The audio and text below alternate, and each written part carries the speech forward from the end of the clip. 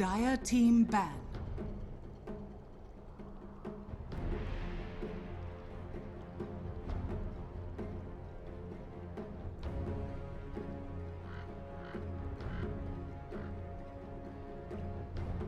Ten seconds remaining. 5 seconds remaining. Yeah. Radiant team ban.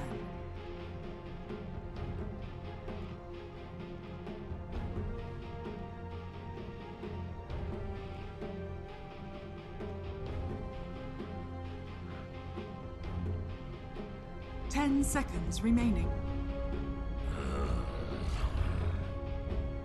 Dire team pick.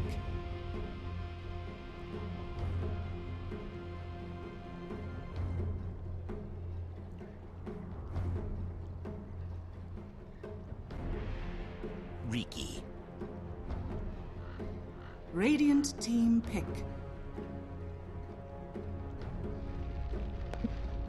All right, welcome back, everybody. It is our third series of the day for the American playoffs. We have FDL facing up against Void Boys. This is the losers matchup. We are also in the lower part of the bracket. That means these teams, they lose this series, they are out of the American Qualifier. They lose their chances to be able to go to Seattle. I'm going to be casting it as well as my good friend Blitz, who has been way too long since we've casted together. And unfortunately, he couldn't be with us here at the hub, but he is here with us in spirit as well as on Skype. How's it going, Blitz? 10 seconds remaining. 5 seconds remaining. Lion. Dire team pick. And now he's no longer being responsible and back at it in Dota. You never really leave. You always come back. What's that Eagles line from Hotel California? You could check out anytime you like. You can never leave. All right. 5 seconds remaining. Jesus. All right. Well, we're gonna start off FDL. Typical bans, except for maybe the Alchemist, but typical bans, and we are going to see a Riki and their favorite support ever, the Oracle, while Void Boys pick up the 1-2 punch of Darkseer and Lion. Purge and I were waxing poetic about the Lion for quite a bit. It just feels like a very solid support. Not necessarily the best supported at one specific thing, but he's always going to be valuable.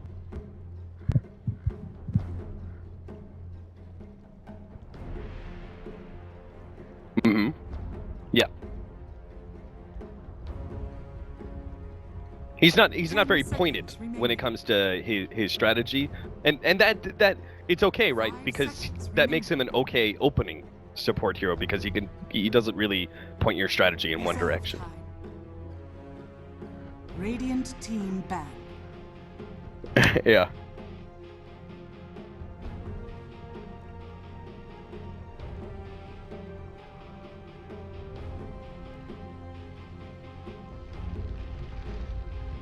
Ten seconds remaining.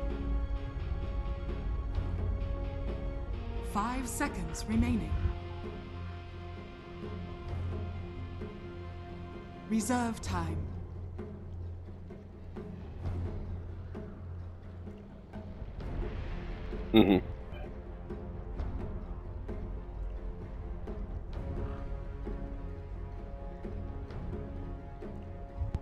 Yeah. I think we used to agree that Oracle was he was an okay hero, but he just didn't really fit the meta. And we are seeing that the meta shifting into more of tankier heroes and drawn out team fights. I think that does benefit Oracle a bit. I think the meta is still a little fast for him, but the American region in particular, as you've seen, has they seem to really like the Oracle. FDL in particular, that's their favorite support ever. They pick it up every single time, and it's decent versus Darkseer, right?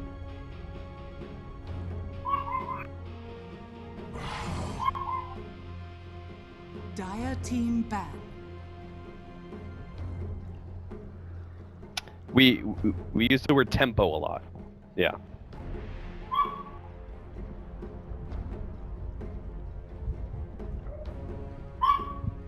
Ten seconds remaining. 5 seconds remaining.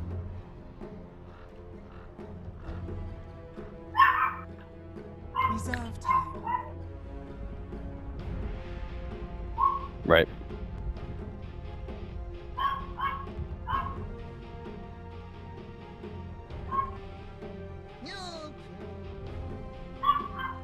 Radiant team pick. Faceless Void. Dire team pick. Well, there's a hero that is highly valued by both sides, actually, and it is going to be in the same position that both sides like to have it in. A safe lane farming Void. Both Bisa as well as Patzel like to be able to run the safe lane Void, and it does leave us with potential for combinations here. The Darkseer Vacuum, Earthspike, Chronosphere. We are seeing a bit of a trend here when it comes to some team fight, and it's also a nice initiator for Void Boys to be able to have. But what are your thoughts on safe lane carry Void outside of the team fight potential it gives you? Do you think it actually is highly valued as it seems to be in this American qualifier?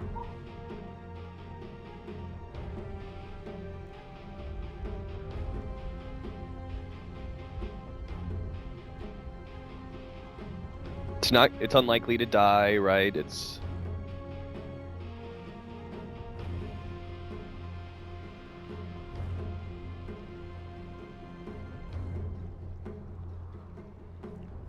Slada. Radiant team pick.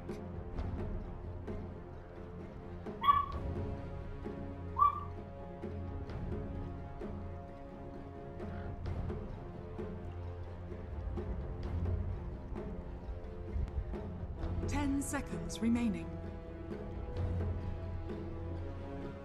5 seconds remaining. Reserve time. And we're seeing that transition of meta where the safe lane, you refer to it as the dead zones. I think that's a really good descriptive term for it because it gets into your head kind of what it is. It's just a lane that you can't gank. We're seeing that transition into the mid lane sometimes as well, where it's also really valuable to have these mid laners who are also very difficult to kill. We're seeing the rise of a lot of melee mids, actually. Both maybe it's just because Timbersaw has been a huge push into the meta, and because you're running a Timbersaw mid, a melee hero, then certain other heroes like the well, I guess it's actually Alchemist was first, right? Alchemist. Then the response to Alchemist is like, oh, Timbersaw is really good versus him, and then the Timbersaw gets picked up, and then you see Jug being picked up mid sometimes, and those three heroes are all somewhat difficult to gank as a mid laner because they're so naturally tanky. Reserve time. They're hard to kill. They're always going to put out a good amount of fights. I mean, let's not even talk about Timbersaw. I can't even believe that it made it through the second phase. The more that I play with this hero, the more I just realize how unbelievable it can be. How unbelievable it is. Both Blitz and I are big Timbersaw fanboys, and for the longest time we were bemoaning the fact that Timbersaw just simply wasn't a hero that could fit into the offlane. And these last two patches, before it came big, we agreed that it can be a hero, but it just doesn't really work in the offlane. Maybe in pubs it does because they don't try and shut you down, but it needs to be a core. And that feels kind of awkward, giving the Timbersaw the 1 or 2 position. But we're seeing as people are trying it out more and more, it really, really does work, especially as he scales into the late game so damn well. Now that he has that Aghanim's upgrade, and Octarine Core is an item, he's actually so much more effective late game than he used to be when his big heyday.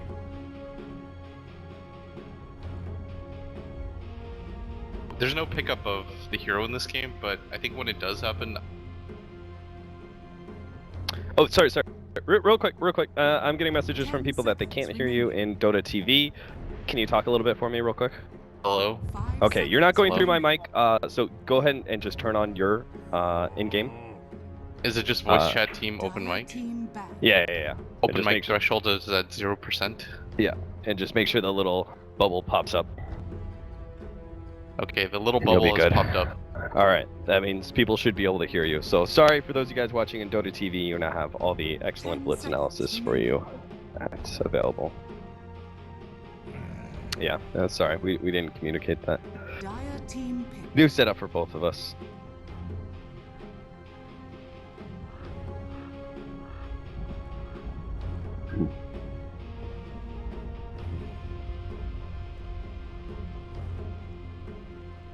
10 seconds remaining.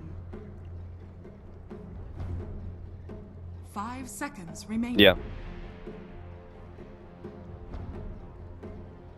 Reserve time. And you'll still have 10 seconds remaining. Yeah. Yeah, it used to be like it was picked up against Alchemist, and then it like people started like I think realizing it was like I could draft this not just versus the Alchemist, I could draft this against so many other heroes and mid, and it still works out because I abuse reactive armor. FDL though, we gotta talk about this draft because it's really interesting. They went for the Templar Assassin, not really that off the wall. Very nice mids, physical damage. They've got great roach taking potential on the Dire side, but now they have just quadrupled the physical damage that they have with Troll Warlord. Whole bunch of physical damage out of him, and he amplifies Templar Assassin, Slardar, and Riki's physical damage with his ult. Yes, they are.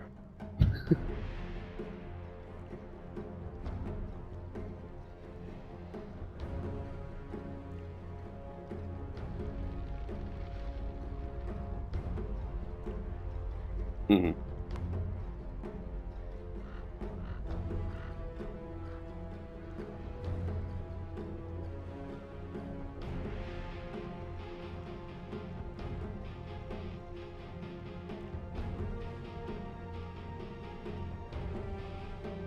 Yeah.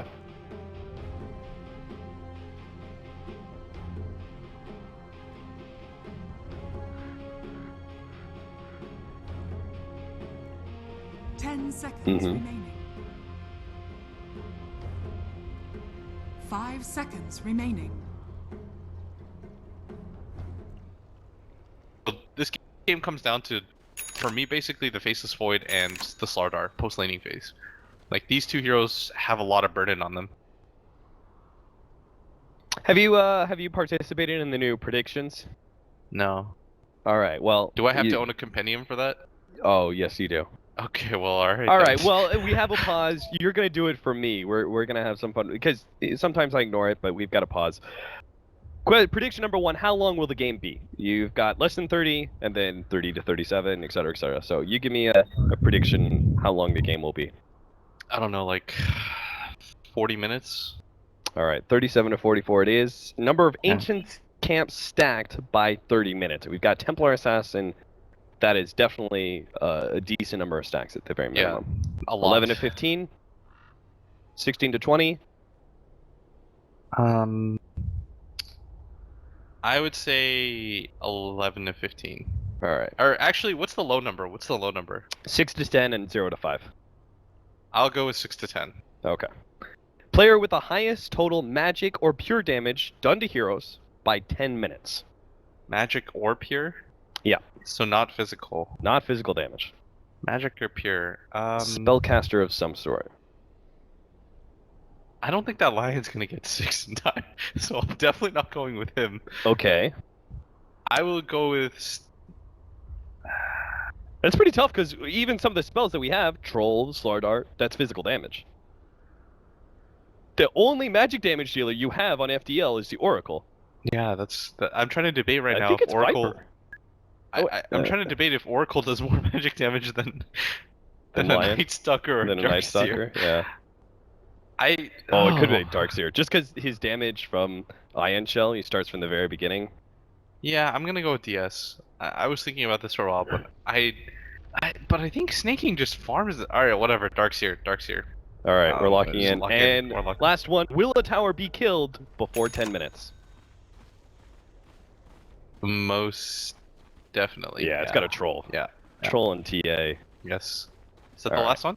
Yep, that is the last one. I feel pretty good about those. The magic or pure one is really weird though in this game because it's highly dependent on this lion. Like, how many? You're not very often gonna say magic damage and put Darkseer or like Viper is actually a contesting hero solely because he's gonna get some poison attack and Viper strike damage. That tells you a lot. There's not a whole lot of new damage in this game. I guess Viper does. You want to switch it? You have 40 seconds. Yeah, let's go with. I can't believe I'm picking a Viper. Yeah, let's just do Viper. Let's do this. I believe in Viper. Sure. Yeah, watch. Clairvoyance is gonna have a monster game. He's gonna have a really fast level 6, and he's just gonna blow it out of the water. and then we're gonna look like fools. I felt like a game show host though. Clairvoyant? Yeah, simpler piece. Oh, okay. I was. Yeah. I thought you were talking about 747. Oh no, It's like I've known that guy for so long. Eric. 747. Yeah. Yeah, I didn't even realize he was Dong? the same person from Dota 1 that I knew. He's this guy named Silly Bear, The battle who used to just like begins. flame everybody. But he's cool now. That applies Everybody to goes through that. Yeah, That everybody applies goes to through so that many phase. people of NA Dota. Yeah, everybody goes through that phase. We're all once angry teenagers locked in our basements. Yeah, being me and this antisocial. guy named Sun Crusher said we would like fight each other or something if we ever saw each other. Then I went up to NorCal and we just hung out, had a few drinks together and stuff, and it was completely cool because you realize when you're like 16, you're an idiot. Yeah. Oh, the magic damage! It starts. It starts Here we already go. up. Oh, so you haven't seen the prediction updated yet, have you? No. Because you don't have a command. So every single time somebody takes a lead, there will be a little pop-up that says prediction updated, and it'll say like Oh, this the hero. 747's definitely got to be leading right now. Well, it's tied up with Snaking right now, as they're actually getting a lot of ion shell damage on the fronts. They're pushing back Omega Poner, but you could see the effect of that Fortune's End.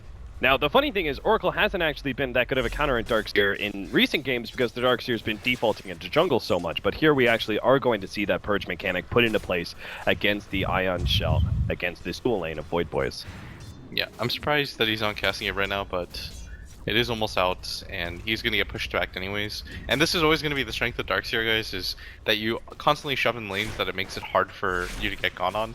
And if you look at FDL's lineup, at this top lane, they don't have any kill potential. It's really hard for them to pick up kills if Void Boys just kind of stays back, because they have really naturally tanky heroes, and Troll isn't the best at contesting. Right. But he's going to make his way over now, and Omega Punter is dropping pretty low. Yeah, this is now going to be going on Snake King, but they don't get the bash, so he's able to get away. At the same time, we were watching mid, where CC and C has been pressured out by 747. That's another thing, right? This dual lane, it keeps the Riki at the top lane, which means that Templar Assassin's getting no help, and this is obviously a favorable matchup for 747.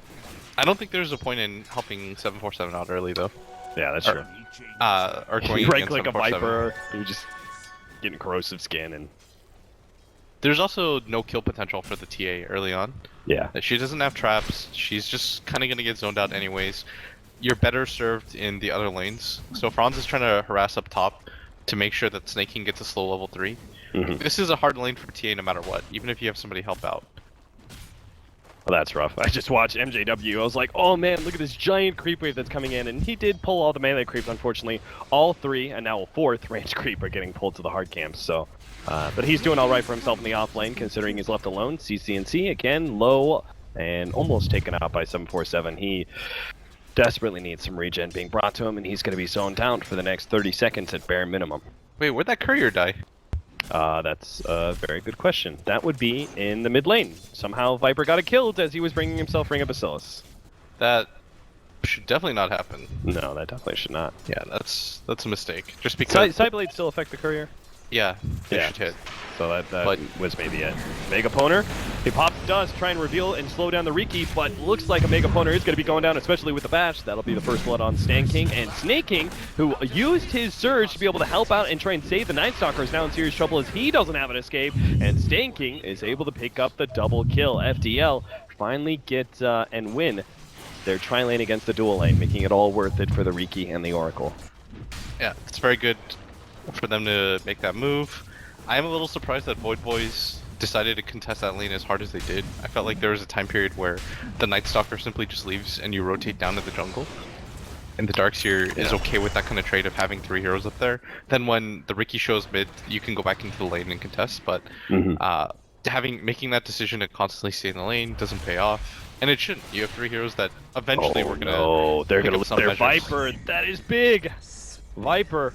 The Riki rotates across as soon as they win that top lane, and apparently his help, thanks to the amped up levels from their win at top, he's able to help get the Templar Assassin kill on the Viper. Still, which- there's no disables. Yeah. Like these are just deaths that Void Boys don't necessarily have to have. These are, like in baseball terms, unforced errors, pretty much. Did I use that term in a cast with us? Have you? I mean, I was using it earlier, but I'm just surprised that you came up with the same term as I did, because I really like that term. Yeah, we're cool guys, man. Baseball. Yeah, yeah. Oh, 747. Franz. Yeah, they can't kill him. They should be able to if he has full health. Yeah. That leaves Omega Poner as a very underleveled level 2 Night Stalker, about to pick up level 3. Snake King is going jungle, but he's about to get caught out by Franz. They're going to be able to slow him down and get a second round of nukes from Stan King. That'll be enough to slay the opposing King. Franz tries to juke out the last couple of hits from 747, but not good enough. They trade away kill, but still well worth for FDL. Yeah, you never. That's a cool thing about this Ricky is that you don't mind if you lose him, because he's naturally just gonna have no net worth, and you're not gonna invest a lot of levels into him. Like, it's not like Ricky gets incredibly strong with levels. That's another cool part about the support is once you have the max smoke screen, you're kind of just okay with that. Like, everything else is the second level of your tricks to the trade isn't gonna be so huge or game impacting that it'll change the state of the game. Yeah. It's kind of like he was the opposite of Bounty Hunter in some ways. Like, they're so similar and yet kind of the same. We are going to see CNC go down in the mid lane, it looks like, as he's going to be chased down with a combination of poison and ion shell damage, and that'll put Snake King as our new highest magic damage. Meanwhile, bottom lane, Lion in some trouble here. They are going to be able to go on to him. Nice double stun. MJW hoping to be able to get close enough for a stun of his own. Will be able to land it. That'll be another kill going the way of FDL. Pat Soul can't do anything to stop this. Does have his level 6, so he's going to be able to lock down the 2 supports. A Mega Poner comes in, gets the extra nuke damage onto Oracle. Hopefully be able to get at least 1 kill here. The disarm, Pat Soul. He probably should still be able to get this kill. And now Franz does get dusted up, tries to juke his way out for the few remaining seconds of dust, but not good enough. Void Boys strike back in the bottom lane. It was a very good rotation by FDL originally, but when you make that play, you have to understand as well that there's a high potential for the Void to come back in and look for something, and Pat Soul gets a very nice chrono off. I don't mind that rotation from FDL so much, but at the same time, they just stuck around a little bit too long, and the chase, if it brings you to all the way down here, it's almost never going to be worth it. Yeah, especially against a carry like Void Boy's Faceless Void that can punish you, right, with that big hold. They're going to go on mid lane though, CCNC. He's just not had a good tournament, and this is really just the cherry on top to his very bad news cake. He has had not the greatest tournament, and now he has just this terrible matchup where he has to deal with a Viper in lane. Top lane, they're going to go on to Clairvoyance. Looks like they should be able to get the kill with the help of Bisa, and Stan King's actually the one to pick up the last hit. You notice too that both of these heroes... Oh, Franz got dusted. Yeah, but he's hiding in the trees. Mako Poner didn't see him. May still be able to. Oh, he's gonna find him. Finds him, gets the Void. Now that's a very farm Night Stalker. Level-wise, he's already level 5. All of a sudden, the pendulum switches the other way, and kills in this phase of the game mean so much more. Like, if you just look at the difference in XP alone, and you just ignore the gold, you'll see that it swings so much in favor of Void Boys. Like, all those high-leveled supports that you had early on from FDL, well, it goes the other way too, just because they're going to feed up a lot. Right. As predicted, though, the line's not 6. It's a hard level 6 for a line in this game, in all honesty. Not until 10 minutes when he gets the tome. And then by then it's too late for our prediction anyway. Franz is going to head to mid. See if he can get some nice aggressive vision down. That's one of the amazing things about Riki, right? Is being able to get aggressive vision down without being spotted out in the process. Yeah, especially when you're playing Dire Side, because eventually you want to just control, I don't know if you can see this, but you want to control that area, just because then you can force them to only farm these 2 camps. It's very effective. That way you can go for sneak Roshans, and that potential is always there just because you have a TA and a Slardar. He's at the top lane. Oh. Yeah, he's going to be voided up and will end up dying. That is... Good rotation from the Faceless Void.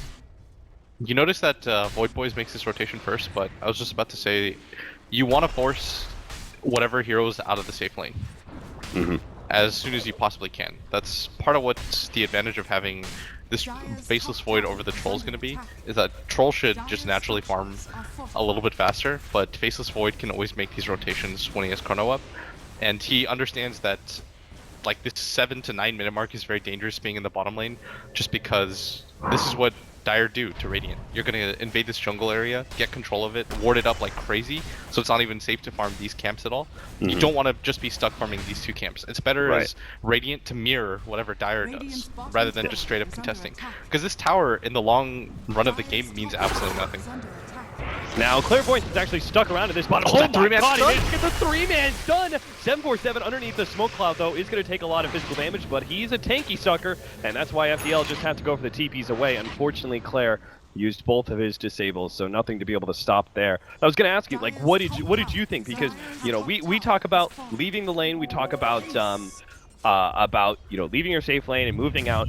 When do you leave a support there, and when don't you? Because that is something I struggle with. When do you leave a support in the safe lane to soak experience? I think it's very rare that you should just leave somebody down there. I'm almost always down to just say full retreat, just because that tower doesn't really mean too much. Like it's not. The thing is, at 10 minutes into the game, it'll determine the tempo. Like the first team fight you take, and the first team fight, like you can potentially win or lose. Why would you ever risk it over that tower of all the towers? Like you'd prefer to risk it over the mid-tier 1 tower because it means so much more.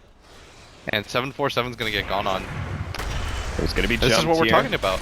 Don't be in this bottom lane. Super tanky, but it's not gonna be good enough, and there's no TP, so there's not even a hope of a save. Finally, a TP comes in, but it's too late. The Slytherin Crush will finish him off. Pat Soul, he's here. He's got the Chronosphere, and he will go straight for Stan King for the kill, trying to finish him off before the ult goes down, but it's not good enough.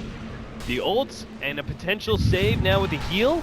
We'll have to see if Stan King is able to outdo the damage done by Pat Soul, and sure enough he is. Now the turnaround gets a nuke out. Pat Soul, low on mana, only has one more time walk into him. Not forced to use it though. FDL do manage to get the punishment onto the Viper, but Void Boys are holding onto their safe lane tower. I know you said that doesn't mean too much. They are actually going to lose their offlane tower if they're not careful, but I guess it's something. The big thing here, though, is that they rotated, they used Chronosphere, they still lost the Viper at the end of the day. They're getting their top lane pressured in during this entire time. CCNC can get some farm as well. Like, I just am not a fan of fighting around that. Kill on Visa. He's going to be able to soak up enough mana from him to be able to get the finger, and that will ensure the kill. So they stopped their offlane tower from going down. This is something that, like, once upon a time, like Alliance did, right? They were one of the few teams that never gave up their safe lane tower. Do you think the Viper has something to do with that? The fact that they have, like, this truck of a hero at 10 to 15 minutes that they feel comfortable doing something like that? Yeah, for sure, but at the same time, if you're gonna make these kinds of plays, you have to understand, like, look, every single time, where has FDL been? Like, where's their preferred fighting region been? It's always been this bottom lane. This is the 4th fight in a row that they've taken at this area. So if you know that, you have to come here as 5. And this time around, they're not going to be able to get the punishment with the Chronosphere. Doesn't mean, though, that Void Boys can't still win the fight. Night Stalker, who has been super leveled up thanks to that, what was it, around like 6 minutes, 8 minutes or something. He had a really good swing where he was able to be a part of so many kills. He is a very impactful hero as well, right next to that Viper at this point in the game. They still lost the Darkseer though, and more importantly, now you lost your mid-tier 1 for pretty much free. Like, yeah. CCNC just walked in there, did a lot of physical damage to a tier 1 mid tower and took it. Like, that was super casual because they have to make all of these weird rotations around the map. Like, Void Boys are still in an okay position, but they should be in a much better one considering how the early mid game went. Right. So you notice again, look what FDL is going to do. This isn't unique or anything. They're just going to go to this bottom lane, get control of this area because they have a Riki. They understand that there's no way that Radiant can keep up in ward vision against a Riki, and so you're always going to fight around where you have vision. And if you look at where FDL have vision, it's this bottom area. This is the correct play to do, and Void Boy's response should be, if we're going to defend this area, we have to be here as 5, otherwise you're just losing heroes pointlessly. Yeah, they certainly can't leave Pat Soul here as he's going to get smoked up inside with the block. Now, Snake King might be able to break down the trees and give Pat Soul a way to freedom. Now, Franz, he used his ultimate, will be able to get the jump away, so he wasn't immediately targeted. Void Boys still have the dust on him, but it's going to wear out soon. Looks like they are going to try and run him down. He throws out the smoke, be able to cover himself a little bit longer, and the dust is going to be able to fade. Hopefully he escapes from there. While we call it CCNC, he's going to be chased down, has Stan King's ultimate, but it's not going to be enough unless refraction, a little bit dodge, but no way. He's surrounded by too many heroes and too many ways to eat through that refraction, thanks in most part to the Ion Shell. Now with that win, Void Boys might be able to take an objective in mid-tier 1. Yeah, And now you see Void Boys are prepared for the 5-man fight. That's exactly what you want to see. If you're going to defend that bottom area, get there as 5, always. Protect it as a group. Otherwise, you're just feeding away heroes to get solo picked off by a Riki initiation, and that's the worst thing in this game. Because Void Boys can simply just run over FDL like you said. They have a Viper and a Darkseer that's going to frontline for them. This Darkseer has a mech now completed. It's very hard for FDL to get into straight engagements. That's not what FDL wants to do.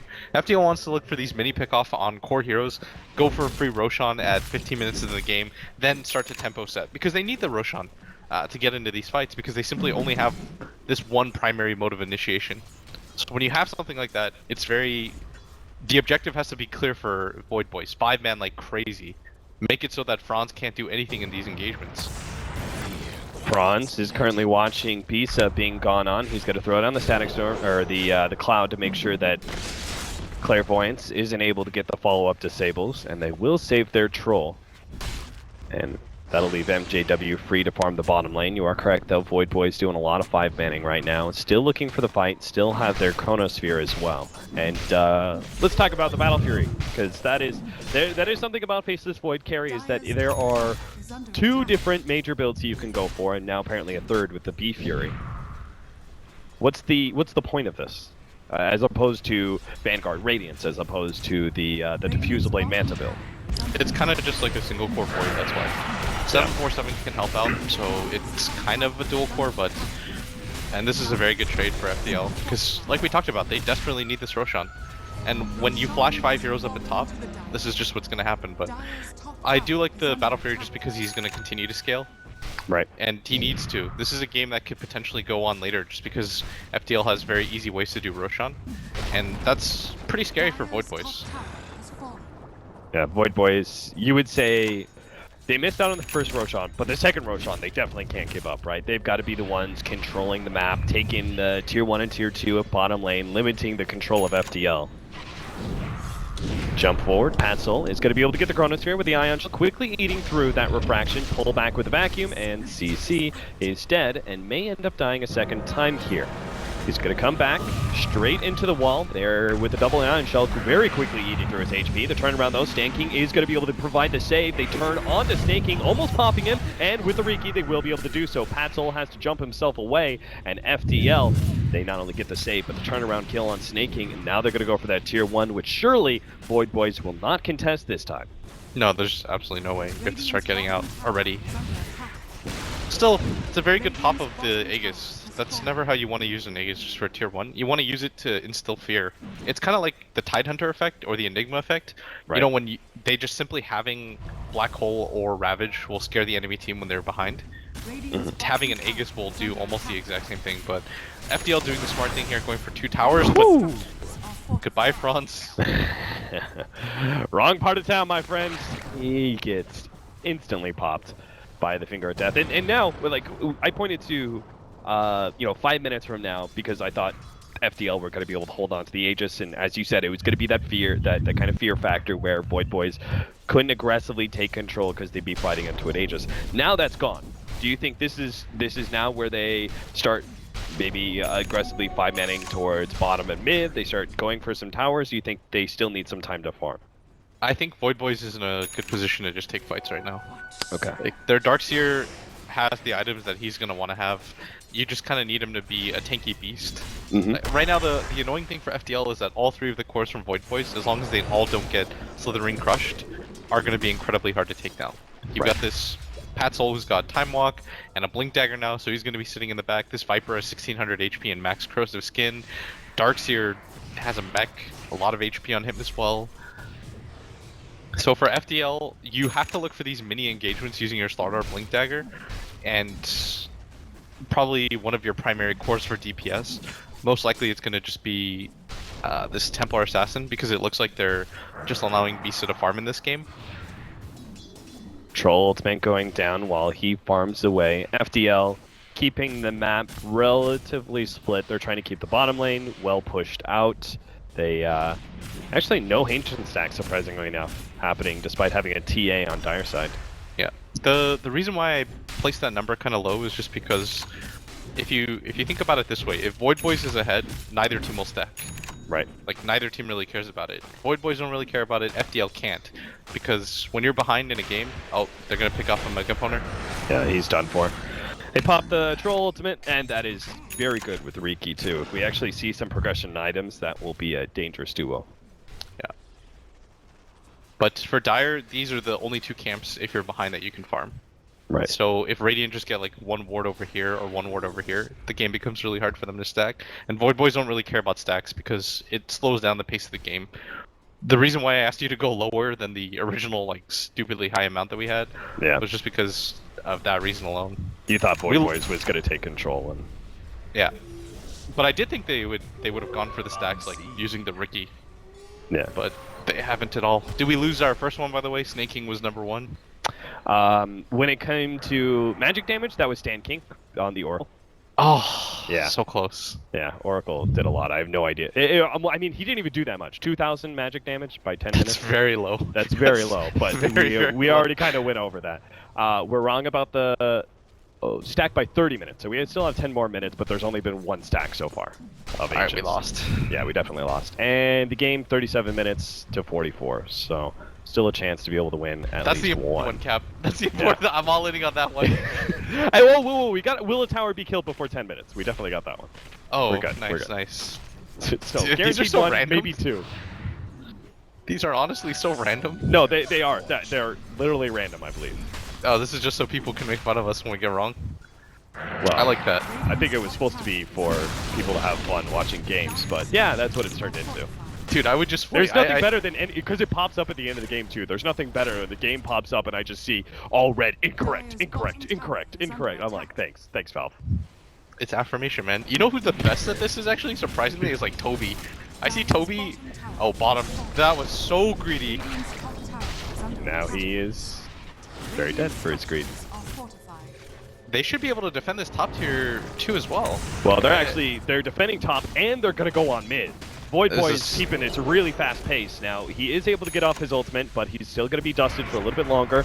Few more seconds, gets off the smoke, the stun comes out, and the poison... Okay, never mind, there's a counter ward. I didn't click on Clairvoyance enough. He had 1 counter ward left, and that was enough to get the kill. You see the difference in styles now? That really starts to show, because FDL, they're trying to split up the map because they know they have to. Yeah. In a straight 5-on-5, they would get whomped by Void Boys, even if Void Boys took a mediocre fight. So they try to go for these risky plays by pushing out lanes really aggressively. I don't mind that, but the bottom one was so dangerous because CCNC was right next to that tier 2 tower. It was almost certain it's going to be worth it for Void Boys to punish that. And that's why it was so good, right, that Void Boys acted really quickly. They got that pick off on bottom, but then they also defended top and got the pick on middle, successfully winning like 3 different lanes, and now off those 2 kills are able to get some control of the map and take an objective for themselves. Yeah. I mean, if you just looked at this game, like the way that it was going to go, it's hard for FDL to win because so much revolves around this Roshan for them. Like they have to get control of this Roshan pit area. It's kind of their only way to get back into this game, because in a straight 5-on-5 fight, which is a lot of what Dota boils down to nowadays, they're just going to get crushed. They don't have the best ways to start fights. Sorry, go on. I was having a conversation about this on the panel earlier. I said, like, split pushing, it just really doesn't feel effective in this current meta. You split push what you want, but ultimately it comes down to the enemy team's going to get that one team fight, and everything you did is kind of undone. They're going to take objectives. Do you agree? It feels like, is it FDL's play, or is it the idea of split pushing just not really being affected for this patch? I think right now split pushing is no longer in vogue. Like, you even see teams like Team Secret, which was the split pushing team, just get into these straight on 5-on-5 engagements now, and this is going to be the game determining fight right now, but they're going to get spotted coming in.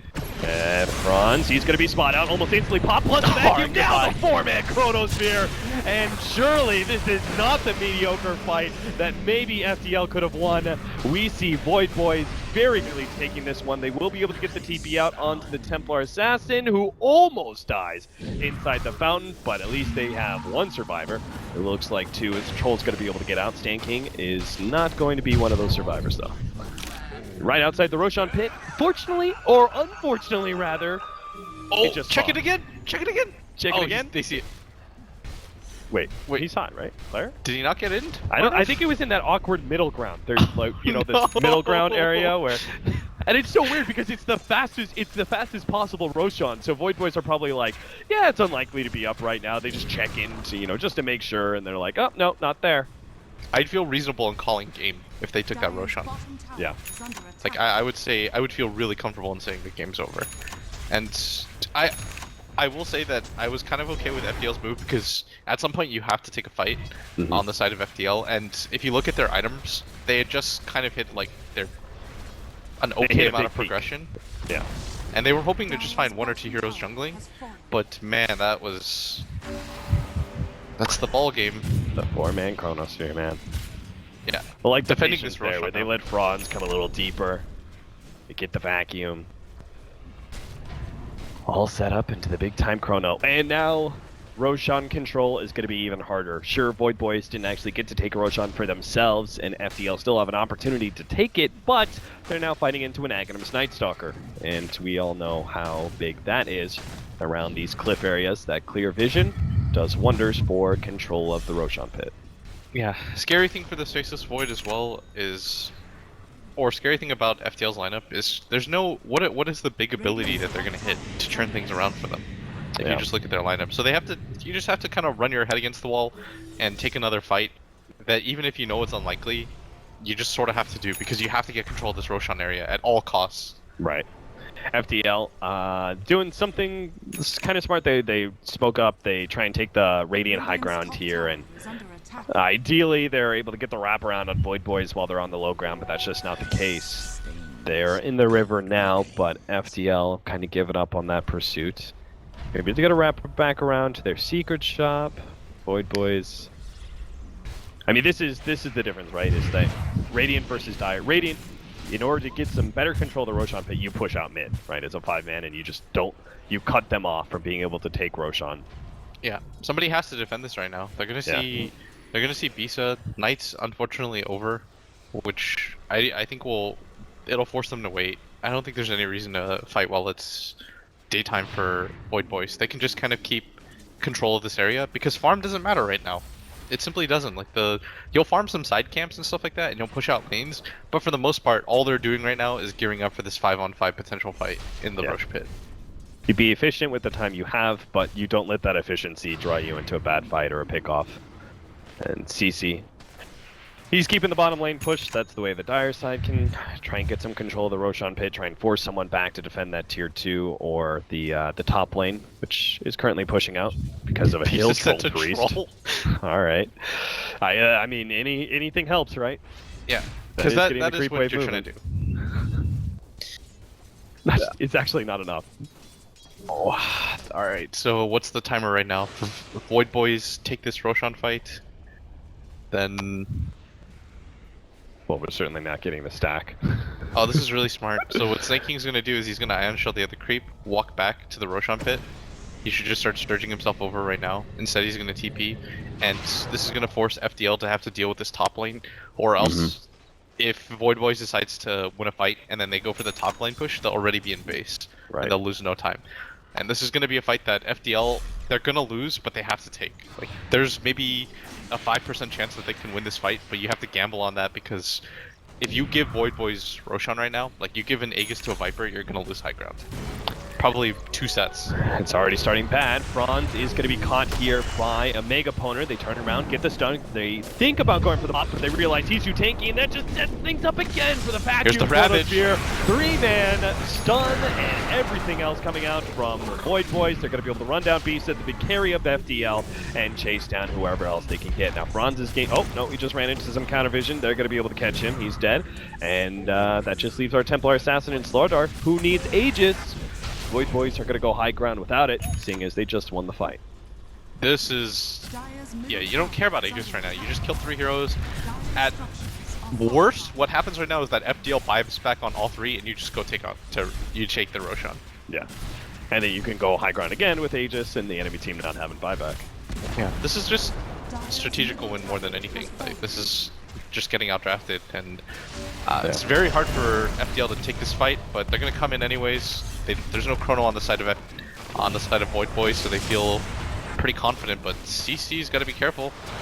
CC slowed down, brought back by the vacuum. He'll just be right-clicked away until finally the Oracle save comes in. He should be able to survive. Dire's middle barracks FDL. are under attack. Looking for something, but They've got to chase. yeah, You they've got have to push them out of this Roshan area. Under attack. Clairvoyance does manage to get a two-man stun. Franz on the front lines is going to try and help get Clairvoyance. They are going to be able to pop him, it looks like, when we're like right-click. CC is able to do it. Stan King. Oh, they actually surround 747. This is a lot of physical damage laid into the Viper. They will be able to get that one kill and a bash. That'll stop Snake King. Go That Roshan. is a big pickup that FDL will now finally be able to take control of the Roshan pit and get the Aegis into their hands, which is a necessity for their strategy. And Void Boys was really weirdly split up in that fight. You could see that two of the heroes from Void Boys wanted to take that engagement, and the other three were just like, no, we're not going to do that. But Snake King was eventually baited into that fight. They're going to have this chrono available though, and Void Boys is thinking about taking this fight. They're going to be too late though. Just a little bit too late. Now Pat Soul time walked in and won't be able to time walk out. Jump forward, finding a Mega Poner. All of a sudden, everything is That's going a wrong gem. for a minute. Oh my god.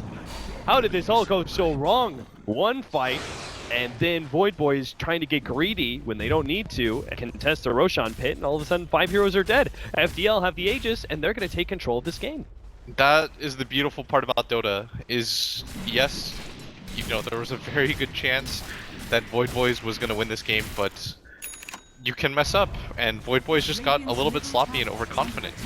No game is ever gifted to you, Cap. You have to work for every single win, from start to finish. And Void Boys, they just kind of Radiant's middle tower has fallen. got a little bit sloppy. They decided that they were going to try to like take a 2-on, 3-on, 5 fights, then Yeah. they did it again, like 2 seconds later.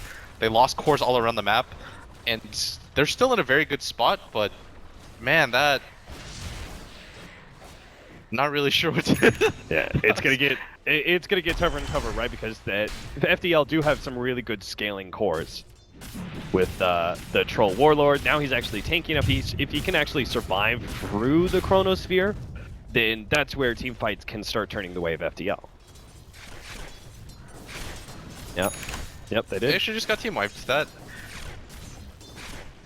Okay, Void.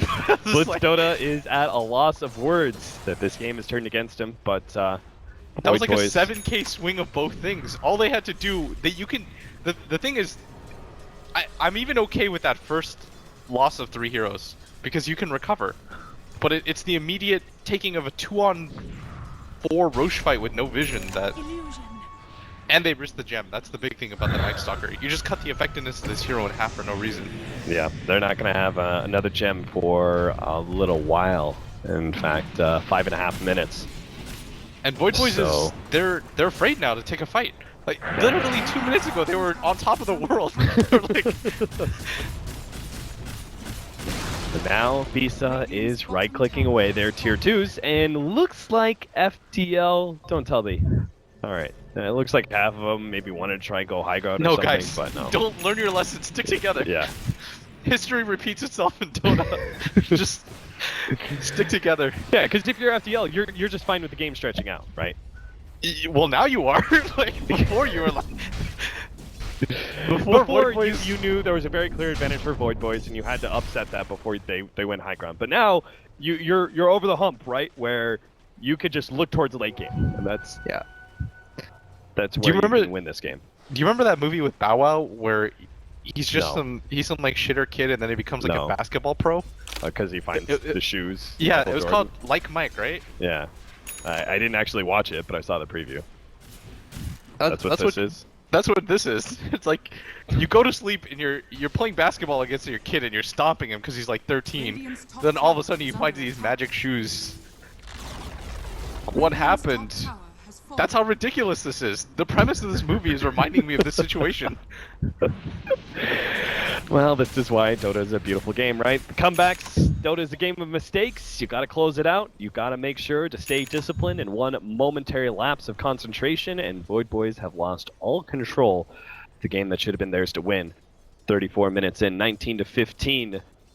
And FDL are swarming all over the place, farming efficiently, just trying to get that next round of items. Speaking of items, what should that be for FDL? Because, right, it's Void Boys, they got to fight, their progression in items. It doesn't mean as much for their heroes. FDL, what about them, though? Probably grab a BKB on the Slardar. Yeah. What about the Troll? You think he needs one, too?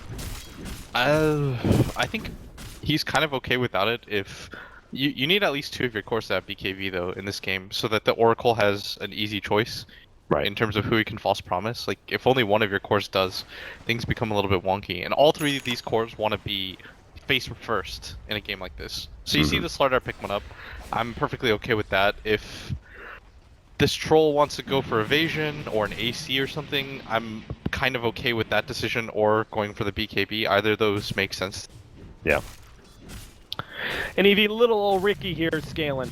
He's got a diffusal blade. He's happy. He's outputting damage. He's getting information. That's all Ricky needs to do. Even though he is second lowest net worth, only to be outdone by poor Clairvoyance, who has really taken the warding duty to heart here. Hasn't even gotten a blink dagger for himself yet. Which is going to be needed against these BKBs. You need that kind of instant disable, so they need to find a space for him to farm that up. Alright, so Void Boys right now, they're scratching their heads. They're like, guys, we had a 5k lead and a 5k XP lead. Of course they can't know that, but it has swung so far the other way. It's like a 10k difference in this Roshan. Yeah. And that, as a team, you have to kind of be reeling and going like, ugh. And it feels bad. It honestly does.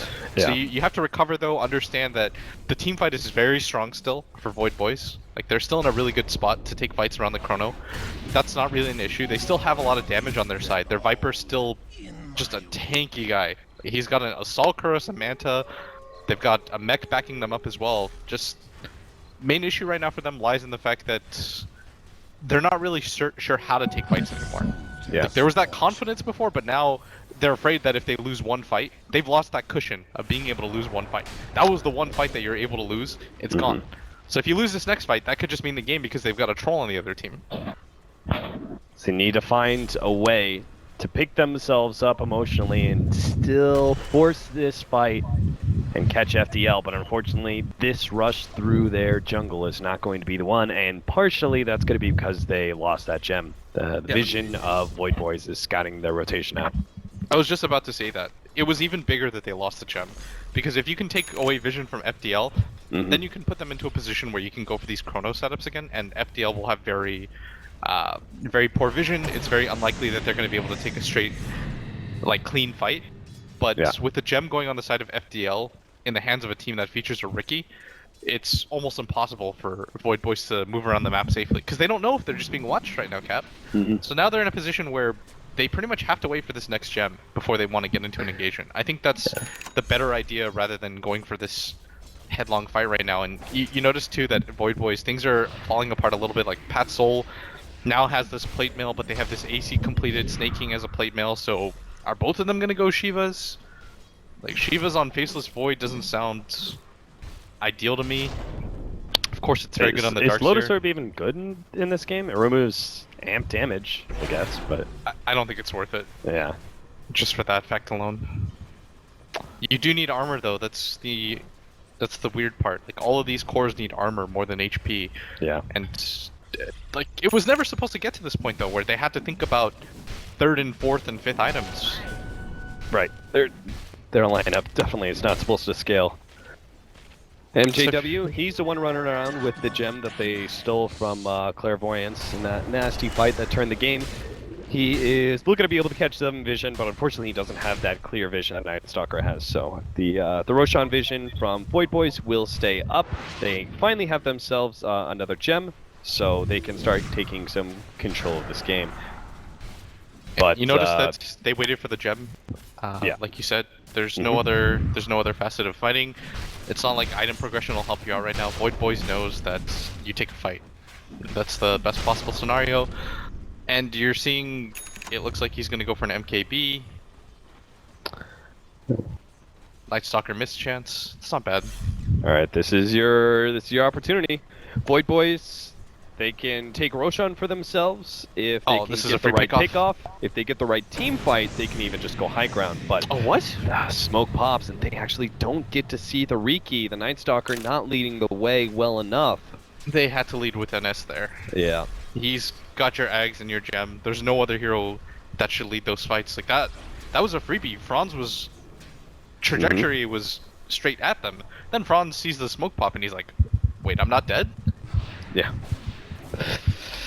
And that just buys FDL a little bit more time, and maybe that's some of the mental fortitude falling down for Void Boys. They can't seem to pick themselves up and operate at the efficiency that they were before. They were playing confident, they were making the right moves, and now they're suffering, and well, they're going to be gifted a kill. Franz, this time around, will be scouted out by it now. He's able to defuse a blade off the silence, buy himself time with the ultimate, and jump back to his team. So it's not actually a free kill, but they are going to move forward, up into the high ground. This smoke cloud does go down. Pat Soul's going to go straight for the Oracle, but meanwhile, the physical damage carries of FDL, they're just going to start ripping through these heroes. Finally, they get their Chronosphere. Now they're turning around. A 3-man Chrono from Pat Soul managed to save this fight. They're going to try and finish off Beast, but no! The Oracle actually provides a save, and that means 747 doesn't stand a chance at hell.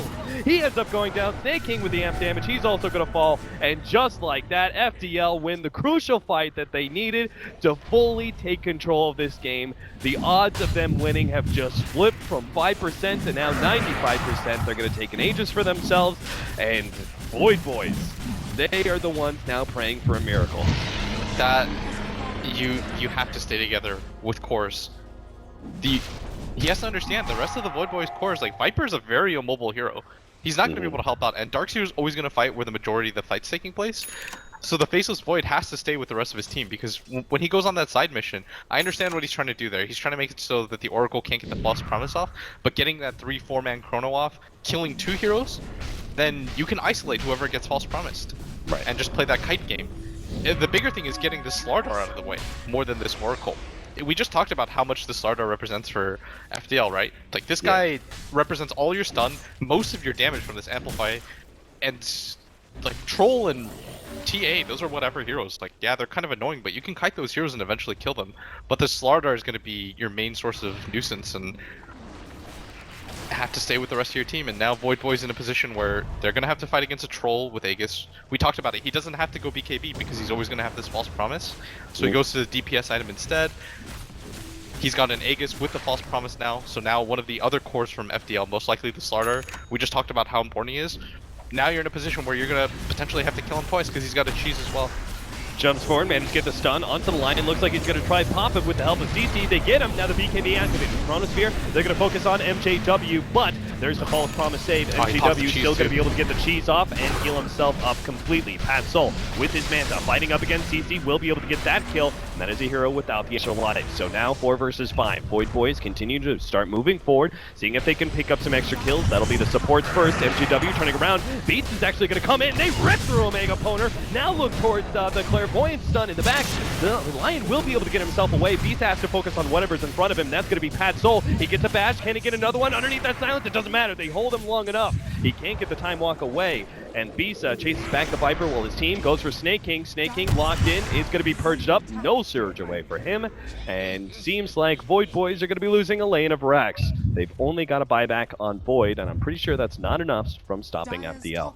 They already used it on the Darkseer, and I really like that FDL took that fight 4v5 because they realized we can't afford to lose all these heroes and this gem. Like, there's no chance that FDL is going to give it up, so they decide to regroup.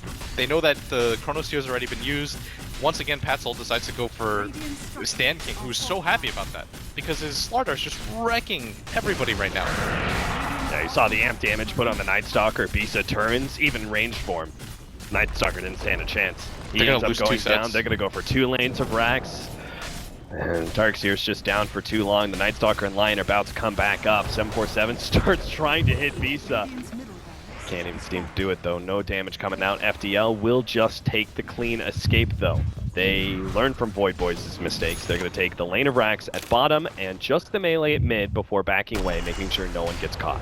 Any engagement right now, any even a half decent one where they kill the Void or the Darkseer is pretty much death sentence for Void Boys. Like that's ball game. You're not gonna be able to recover against that. And 2 sets of racks, that is so much gold on the side of FDL right now. Like everybody is so rich on their side. CC's got this Monkey King bar completed. He's got 2,400 gold on top of that. Buybacks aplenty. You see no scaling from the side of Void Boys. This casual plate mill hasn't been able to turn into anything for either of the cores. And now FDL, just go top. Yeah. No need to get fancy. Don't need a smoke pickoff. Don't really need anything. Just 5-man, push top, use this Aegis while you still have it. And Void Boys don't have a gem because that was also taken away from them. That's... yeah. So this Night Stalker is not really a hero anymore. Yeah.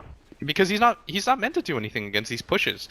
What information is he gonna give his team? Hey guys, they're all top. Like, yeah. Void Boys, I do like this decision where they're trying to get aggressive with the ward up and see if they can get the fight. Oh, once again, he's gonna go for Patcho and even Chronospheres, and that means the rest of the team are just gonna get torn apart. FDL, they go straight for one, manage to take out the Night Stalker. Now look towards if they can kill Patcho, that's the game. He's gonna be controlled up unless he gets off the BKB, which he does now. Turns fights, but vacuum wall, that's a good one coming out from Snaking, but can it take the fight? 747, he seems to be beaten on by CC and MJW. Gets off the Manta, but he just can't seem to output the damage, and that's it. It's all over. Void Boys, they had themselves a really good lead. We thought this was their game in the bag for #1 of the series, but not so. FDL, they win it 45 minutes and 33 seconds. That Void Boys